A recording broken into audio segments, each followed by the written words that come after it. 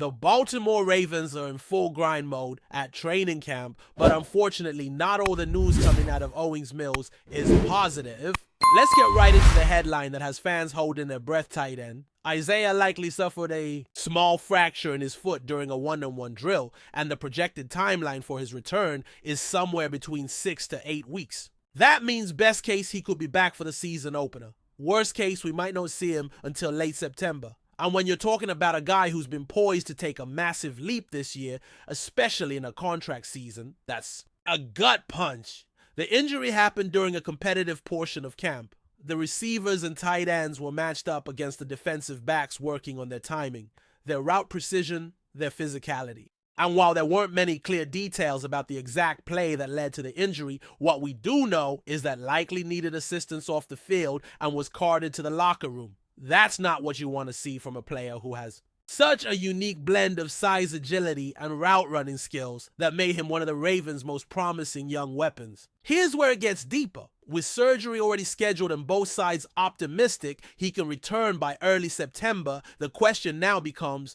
what's the risk versus reward of pushing him to return too quickly? Former Ravens wide receiver and Super Bowl champ Qadry Ismail talked in depth about the challenges of recovering from this kind of injury. Not just physically, but neurologically, psychologically, and in terms of football mechanics. A foot fracture isn't just about the bone healing, it's about the fascia, the connective tissue, the nerves that control your balance and movement, your ability to plant and cut with confidence. This isn't Madden. You don't just press a button and come back at 100%. There's inflammation, muscle compensation, scar tissue that can cause discomfort or limit explosiveness. And for a tight end like Likely, who's going to be asked to block edge rushers' release off the line box, out defenders and make contested catches, foot integrity is everything. You're dealing with leverage pressure and torque on every single snap. But here's the wild card in all of this. It's a contract year. And when it's a contract year, the decisions get more complicated. Do you sit out week one and make sure you're truly 100% before returning? Or do you rush back because you don't want to lose snaps, lose rhythm, or lose leverage in negotiations? Think about it. Every game missed is one less opportunity to build your resume for that next big payday. And we've seen what happens when guys bet on themselves. Joe Flacco did it. Lamar Jackson did it. In both cases, it paid off because they delivered when it mattered. But you can't deliver if you're not on the field. That's the tightrope Isaiah Likely now has to walk. While the team's medical staff will obviously play a major role in deciding when he returns, don't underestimate how much his mindset and personal decision-making will factor in. Qadry broke down how much of the rehab process is mental. You've got to reestablish that subconscious trust in your body. You got to rebuild that connection between your brain and your foot, the proprioception that lets you instinctively move without hesitation. If there's even a shred of doubt, it can slow you down, throw off your timing, or even lead to further injury. Now there are advanced therapies and cutting-edge techniques that can accelerate recovery, things like hyperbaric oxygen therapy, frequency-specific microcurrent, even nutritional regimens that help regulate inflammation and support tissue repair. But still, nothing replaces time. Time for the bone to heal, time for the body to recalibrate, and time for the player to get back in sync with the system. So how will this impact the Ravens' offense early on? Look, it's not ideal. Likely was expected to play a huge role in two tight end sets, especially alongside Mark Andrews. His ability to stretch the field, win matchups against linebackers, and contribute in the red zone is a big part of what made Baltimore's offense so dynamic down the stretch last season. But if he's not ready, someone else will have to step up. The Ravens have depth, but there's a difference between having bodies and having playmakers. Meanwhile, there's another injury situation that's raising some eyebrows. Wide receiver Zay Flowers sat out practice after appearing to tweak something in his leg the previous day. Now head coach John Harbaugh was quick to downplay it, calling it a camp thing and saying he expects Flowers back in a few days. But let's be real. Anytime your top wideout is walking gingerly and frustrated on the sidelines, it's something to monitor, especially when his game is built on explosive quickness and sharp cuts. Flowers didn't participate in the final competitive drill of practice, and those who were there noted that he seemed clearly irritated, even tossing his helmet down and shrugging off trainers at one point. That tells you something. He's a competitor. He doesn't want to be off the field, but this is exactly the kind of moment where teams need to be smart. It's the end of July. You don't win a Super Bowl in July, but you can lose key players if you don't manage reps and recovery the right way. And Zay's muscle composition, likely fast twitch dominant, means he's more susceptible to fatigue and minor strains during intense stretches. That's just physiology. 3 straight days of padded practices in the heat. Yeah, it takes a toll. This is why depth matters. This is why rotation matters. And this is why it's important not to rush anyone back in the name of competition. The good news early reports suggest that Flowers' issue isn't serious. But if you're the Ravens, you treat him like glass right now. Because once the season starts, you're going to need him firing on all cylinders. And speaking of Ravens, defenders making noise. Let's talk about Roquan Smith. Last year, he started the season slower than usual, and an anonymous defensive assistant apparently criticized his conditioning and effort. Well, Roquan responded, and he did it with a little swagger. I was an all-pro. I was a pro bowler. Yesterday's the past. Tune in this coming season and we'll see, he said. Mic dropped. And honestly, I love that energy from Roquan. That's a leader right there. That's someone who knows who he is and doesn't let the outside noise shake him. And the thing is, he's been showing up in camp, flying around looking leaner, more explosive, and fully locked in. Last year, he was learning a new system trying to stabilize a chaotic linebacker room, and maybe even trying to do too much. This year, he looks like a man on a mission, and when Roquan is on point, this entire defense levels up. That's just a fact. One guy who's really helping Roquan and this defense hold it down is cornerback TJ Tampa. Let me tell you, if you haven't heard that name yet, get familiar, because this rookie is putting together a camp that has veterans taking notice. Back-to-back practices with big-time reps blanketing receivers, showing elite anticipation and punching the ball out at just the right time. He locked up Tez Walker in unknown drills. He read deep comebacks like a veteran. He was sticking with guys stride for stride, not grabbing, not panicking, just playing with technique, patience, and swagger. And listen, he's not the only one. Jalen Armour Davis, Travis Jones, even some of the undrafted guys like Chandler Martin and Jay Higgins, they're all flashing. The depth in this Ravens secondary is real. They're competing, making plays, and showing that this defense could be even better than last year's unit, which was already top tier. Now, John Harbaugh did give a few other camp injury updates. Jalen Armour Davis had an MRI that came back clean, so nothing serious there. Just another case of managing reps and keeping guys fresh. It seems like camp thing has become Harbaugh's go-to phrase for anything non-season threatening, but at least it means there's no major red flags. Yet, what we are seeing is the defense absolutely owning some of these practices. There was one day where the unofficial score was 63-36, and even that might have flattered the offense. And that tells you something. As much as Lamar Jackson and this receiving core are buzzing with talent, this defense is already in mid-season form. Guys like Anthony Miller are showing resilience after getting tested in one-on-one reps, while veterans like Jair Alexander, when available, are sharpening the competition across the board. And when you've got the linebackers playing fast, the young corners stepping up, and Roquan looking like the general in the middle, this is the kind of unit that can carry you deep into January. Now let's keep this rolling because there's even more coming out of Ravens training camp that deserves attention. The battles happening on the practice field are intense, competitive, and revealing a lot about who's ready to step up and who might get left behind. One name that continues to rise is TJ Tampa, and what's so impressive about him isn't just the splash plays, it's the consistency. You can tell when a young defensive back has that natural feel for the position, that instinctual understanding of route development, angles, and timing. Tampa's showing it daily. Take the one-on-one drill where he squared up against Tez Walker. Now Tez is no slouch. He's explosive, deceptive, and knows how to sell a route. But Tampa stayed with him like glue. First rep incomplete. Second, rep Tez tried a more complex route, added some stutter steps, tried to create separation. He made the catch, but guess what?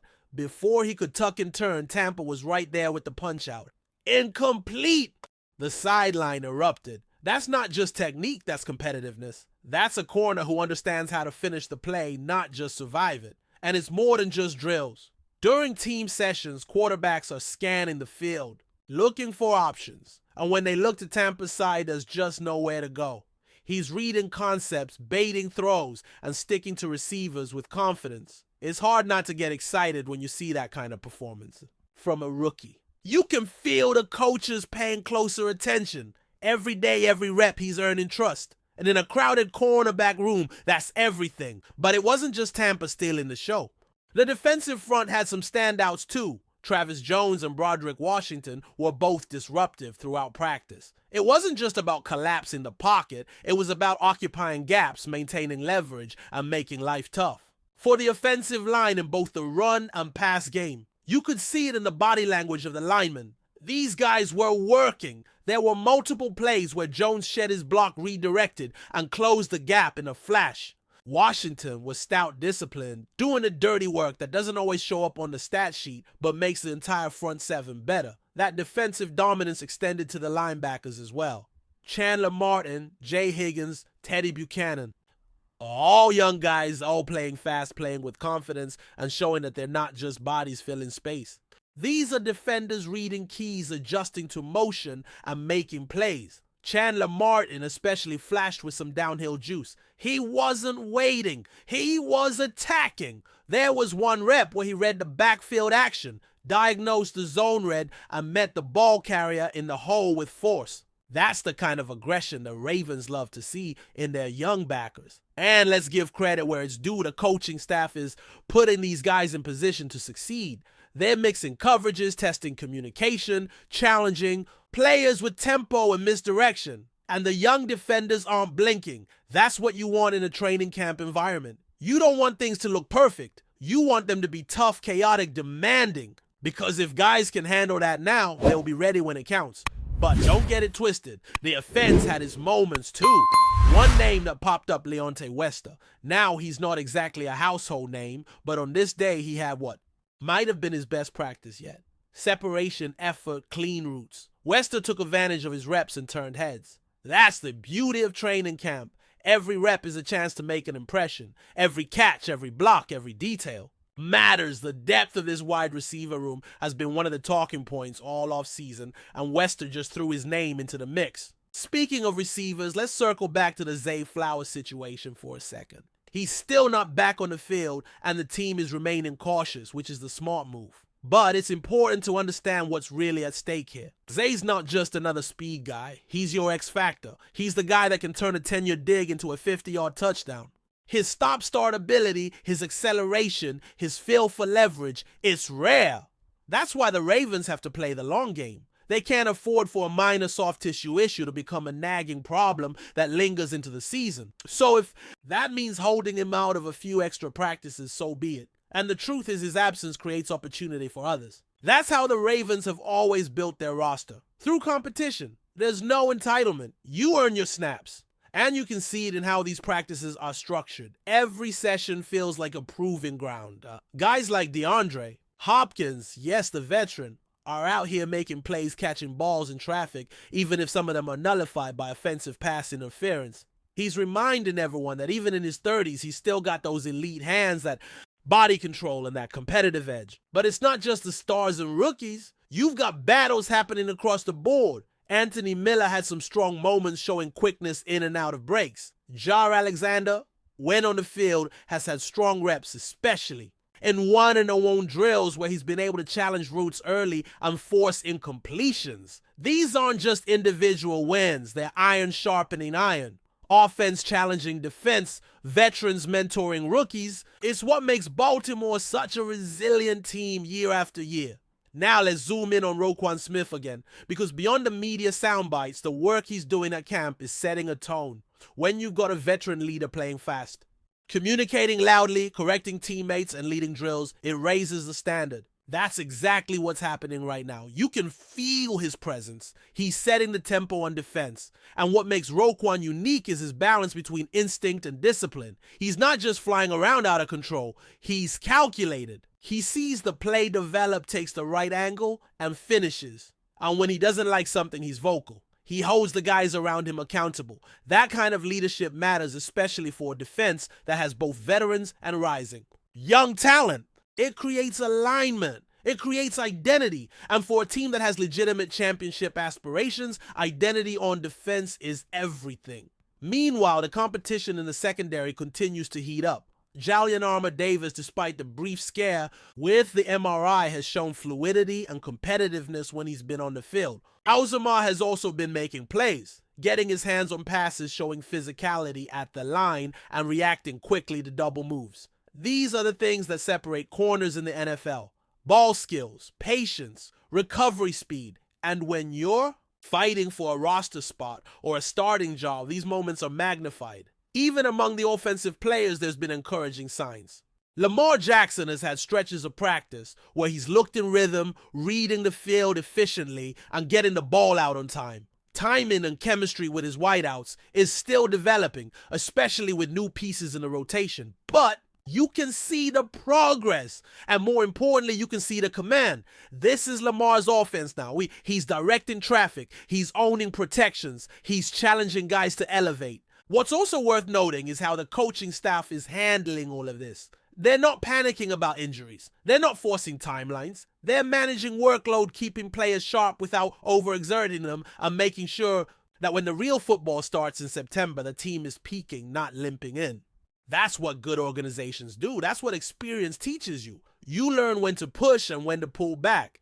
And with the depth on this roster, the Ravens can afford to be smart. Now let's talk about the young linebackers again. Sure, Chandler Martin, Jay Higgins, Teddy Buchanan. The reason why their play is so exciting isn't just because of the potential, it's because of the poise. You're seeing guys recognize formations, react to motion, and execute their assignments without hesitation. That's rare for rookies, especially in complex defensive schemes. It speaks volumes about how well these guys are being coached and how seriously they're preparing. And it's a reminder that just because someone's a day 3 pick or a UD foul doesn't mean they're not ready to contribute right away. And finally, we can't wrap this up without touching on the tone of these practices. It's competitive. It's intense. And yes, sometimes the defense is dominating, but that's not a bad thing. That's what training camp is for. You want the defense to test your offense. You want the coverage to be tight, the windows to be small, the protection to be challenged. Because that's what builds a battle-tested team. When the offense finds their rhythm and starts connecting, it'll be against a defense that doesn't give an inch. And when that happens, that's when you know this team is really cooking, the pads are on, the temperature is rising, the noise is building. And the Ravens, despite a few bumps along the way, look like a team sharpening their edge stacking. Strong practices and getting ready for something big this season. Before we dive in, don't forget to hit that subscribe button and give this video a thumbs up. Your support keeps us bringing you the latest news on the Baltimore Ravens. And, hey, drop your take in the comments below. We want to hear from the flock. In a stunning twist that has set the NFL rumor mill ablaze, whispers out of Baltimore suggest that the Ravens may be on the verge of pulling off one of the most shocking acquisitions in recent memory. Sources close to the organization are hinting at an audacious move: the potential arrival of Denver Broncos rookie quarterback Bo Nix to the Ravens roster. Although no official confirmations have been made, the speculation stems from a flurry of behind-the-scenes conversations and cryptic social media activity from team executives and player agents. While some insiders are dismissing the buzz as premature chatter, others believe there's more than smoke in the air. The Ravens, currently anchored by MVP quarterback Lamar Jackson, would seem an unlikely destination for a high-profile rookie QB, especially one drafted in the first round. Just this year? But NFL history has shown that nothing is impossible when it comes to roster maneuvering, especially if a front office senses an opportunity to plan for the future or add depth to a vital position. What's causing even more intrigue is the reported presence of Ravens scouts in recent Broncos practices, a move being interpreted by some as more than routine diligence. Could this be the beginning of a seismic quarterback shakeup? Adding fuel to the speculation is the increasingly loud chatter among league insiders who suggest that Denver's front office might not be entirely sold on Bo Nix as their long-term franchise quarterback. Despite the team investing a first-round pick in the Oregon standout, questions have reportedly emerged about his immediate readiness and scheme fit within the Broncos' evolving offensive system. That ambiguity has opened the door to outside interest, with the Ravens supposedly among the few teams willing to make an aggressive push. Some believe this could mirror the Jordan Love situation in Green Bay. where a young quarterback was drafted as a long-term option but caused ripple effects within the existing depth chart. The Ravens' interest, if genuine, could stem from a desire to solidify a contingency plan behind Lamar Jackson, whose dual-threat playstyle has always carried injury risks despite his elite talent. The notion of having a first-round caliber backup or even a developmental trade asset could be too tempting for GM Eric DeCosta to ignore. Though the Ravens are currently viewed as championship contenders, long-term planning has always been part of their front office DNA. If Bo Nix truly is on their radar, it suggests the team is playing a much longer and more strategic game than anyone expected. Another dimension adding complexity to this potential blockbuster is the current quarterback dynamics in Denver, where Bo Nix has been battling with veteran options like Jarrett Stidham and off-season acquisition Zach Wilson. While the Broncos coaching staff has praised Nix's composure and leadership, there are reports of inconsistency in training camp that have led to open competition murmurs. It's within that murkiness that the Ravens could see a window. The logic would be straightforward. If Denver senses that Nix won't be their immediate starter and the pressure to win now continues to grow under Sean Payton's tenure, the team might be open to acquiring future draft capital or a player that fits their current needs. For the Ravens, acquiring Bo Nix could represent not only a high upside quarterback insurance policy, but also a chess move designed to unsettle rival AFC contenders who might have their eyes on the rookie in the event he becomes available. Imagine the strategic leverage Baltimore gains by stashing a first-round talent in their QB room out of reach from other QB-needy franchises. It's the kind of move that makes headlines in July but can shift playoff narratives by December, especially in a league where injuries and depth chart surprises are annual rituals. Fans, of course, are split on the possibility, with Ravens faithful both intrigued and confused by the rumor. On social media, debates have erupted between those who see the move as brilliant forward thinking and others who view it as an unnecessary distraction from Lamar Jackson's leadership. The Ravens have rarely been an organization prone to quarterback controversy, having invested fully in Jackson since his breakout MVP campaign. But acquiring Bo Nix, even hypothetically, would instantly trigger debates about the team's trust in their current starter, or at the very least signal an evolving philosophy under DeCosta. Some analysts argue that the team could view Nix as a value asset to groom and eventually flip, much like how the Patriots developed and traded Jimmy Garoppolo, or how the Eagles nurtured Nick Foles before his Super Bowl run.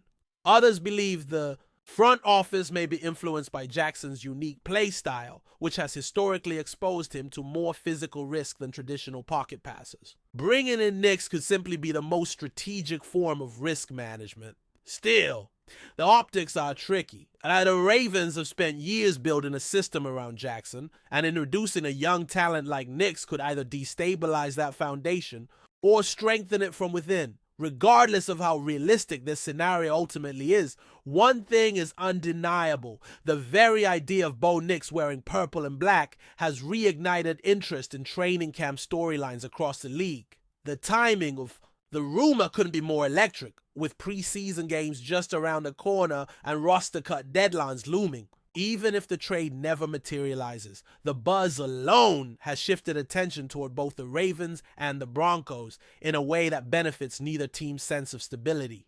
If the Ravens are indeed exploring this route, it speaks volumes about their aggressive mindset heading into a season where expectations are sky high. For the Broncos, it presents an unexpected challenge in managing Nix's development amid swirling speculation. NFL history has seen stranger things than a rookie QB being dealt before taking his first regular season snap, but it remains a rarity. Yet in a league driven by quarterback value, roster optimization, and future-proofing strategies, nothing should be ruled out. Whether this story fades quietly or explodes into a full-blown transaction, one thing is certain: Bo Nix's name will be watched with extra scrutiny by fans, analysts, and front offices alike in the coming weeks. That's it for this update. If you enjoyed the video and want to stay in the loop with exclusive news on our Baltimore Ravens, make sure to subscribe and hit that like button. We'd love to hear what the flock thinks. Drop your thoughts in the comments. See you in the next one.